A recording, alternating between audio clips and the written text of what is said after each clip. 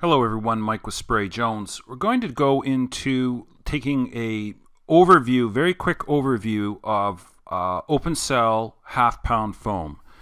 And I'm going to probably have to do a follow-up video of detail for those that want it, but this is a simple version right now to just get you a Coles Notes, very quick analysis of what the foam is. But before I do this, go into this, I'd like you to click on the YouTube channel, hit the subscribe and the notifications button, stay connected, check out the playlist, check out the videos that I've already done. A lot of your questions are already answered. I'd like to have you subscribe so you can stay updated on industry changing information that I'm releasing every week and every month. All right, on to the half pound foam. A couple of quick things. What do we know about this? It weighs half a pound per cubic foot. Usually we're comparing this to 2 pound per cubic foot foam, so our abbreviations will be half pound, like it would be if we said 2 pound. So half a pound per cubic foot. There is a open cell content. So open cell just means that there are a certain percentage of cells that are interconnected. When none of the cells are interconnected at all, it's closed cell. But when we have a certain percentage of cells that are, we call it an open cell foam. Open cell foam is going to mean that more moisture can go through it, not necessarily air, and that it is usually going to be a water-blown, or what we would say is steam-blown foam, compared to a freon-blown foam with 2 pound closed cell. The product is really a spray-in-place alternative to fiberglass insulation. It was developed in the mid-'80s, became very prominent in construction in Canada in the early 90s to be a alternative to fiberglass insulation for areas where gravity was causing problems with bad insulation. For instance, bedrooms or any type of secondary floor over top of a cold space. The spray foam industry was tasked with the new home warranty program on solving specific issues with cold floors and ductwork.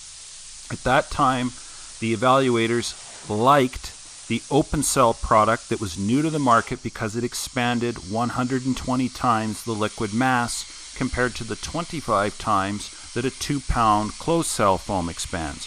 So the perception was the high expanding, rapidly opening open cell foam that crawls all around the ductwork and fills nearly all of the cavity up must be a better product for what we're trying to do.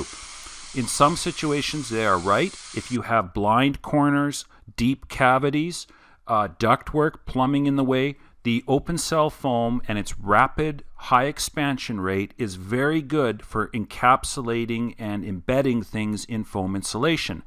Also, there's an added advantage.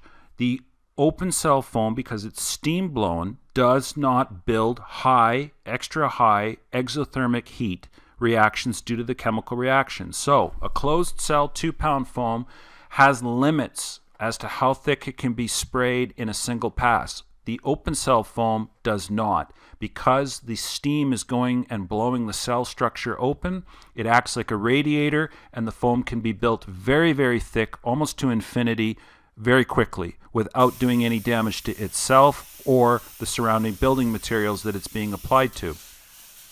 Because the foam is open cell and the cellular connection within it is very high compared to closed cell, it will not classify as a vapor barrier on its own when tested to the E96 desiccant dry cup test. However, I want to state this. I have found that when the open cell foam is sprayed sufficiently thick and in successive layers so that multiple skins are within it, I find that the foam does hold back the water quite well. Now, you won't ever get that in an official statement because that is a field opinion based on seeing the product and how it performs and knowing the physics of what's going on, but there's not an industry test that you can certify that to satisfy a building code official. So why is open cell foam popular? Because it is a lower cost product to build and to install. The cost per barrel to buy open cell foam is much less than it is closed cell. It's very fast and easy for people to learn how to spray it. It's being sprayed into cavities. If the cavity is deep enough, it can just be left at 8, 9, 6, 10 inches, whatever you need. But in a 2x6 wall, it's usually being brought just to the stud face or past the stud face, shaved flush, and then a polyethylene vapor barrier or a liquid applied vapor barrier is going to be installed, and then the drywall. In the United States, there are certain areas, once you get far enough south, that you don't require a vapor barrier within inside the house. So if you are not needing to use any type of poly or liquid vapor barrier, why would you spend the added money for a closed cell product that has those properties? Open cell will serve you just fine. You can get it sprayed into the wall, you can get it sprayed into the floor, you can get it shaved flush or whatever you need it to be, a drywall installed, and you're good to go. So it's very quick to train people on. You're not having to do mandatory field density tests. You're not having to do adhesion, co-adhesion. And you're able to build the product as thick as you want. And if it sticks out too far, no big deal. You shave it off and you move on. So it is very much the 21st century's version of fibrous. It does not perform like fibrous. You cannot compare the resistance values that you're going to get with an open cell product back to bats. Now, the R value per inch is rated at 3.5 because it is a carbon dioxide CO2 blown foam, but you cannot see that the spray and the batting are going to perform the same. The reason being is that you have air barrier properties with the open cell half-pound foam. You're not going to get air going through that fibrous or through the cellular product the same way you would with a bat. So I've seen excellent results where open cell foam does wonders for draft sealing, getting around ductwork, getting around irregular building shapes, getting into corners that are deep and blind and you can't detail them out, you can't see, you just want to fill that corner entirely full. You have a floor system overhanging a foundation, you want to have it totally full. And then one of the greatest things that the open cell foam does is it's a very good sound inhibitor. It takes out the broadest range of frequency hertz. It air seals the project very well, whether it's a floor assembly. It goes around ductwork. It goes around plumbing. It adheres to the floor. It takes out the impact sound transmission. It takes out the tinniness and rattle of ductwork. So in condominium developments, between party walls, in floor assemblies, and in thermal exterior wall assemblies, it works very, very well to reduce and mitigate sound.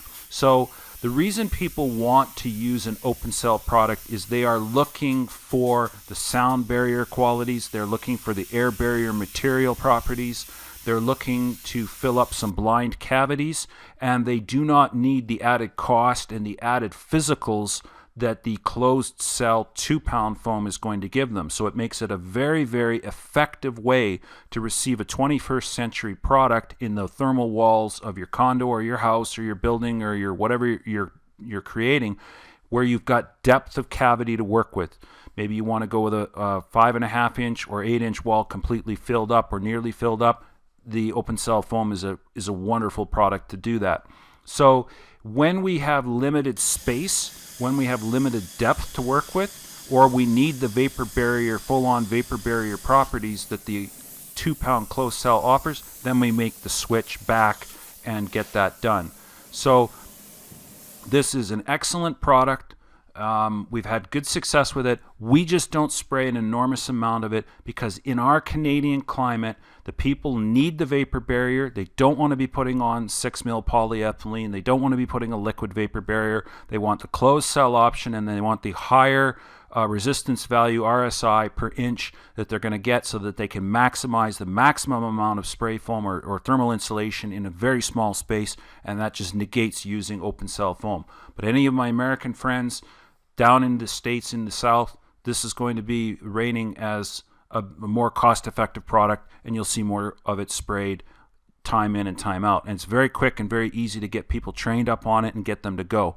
There's other properties that I haven't covered here on the open cell foam. Like I said, I might have to do video 2 where I get into more technical detail on the fact of how the chemistry works and why the way that it works. But this is your 10-minute simple fix to understand what's going on. So hope this video has helped. Click the like, click the subscribe, share it with somebody that's looking or thinking about this. Stay tuned in for new videos. They'll be coming out in a little while. Good day.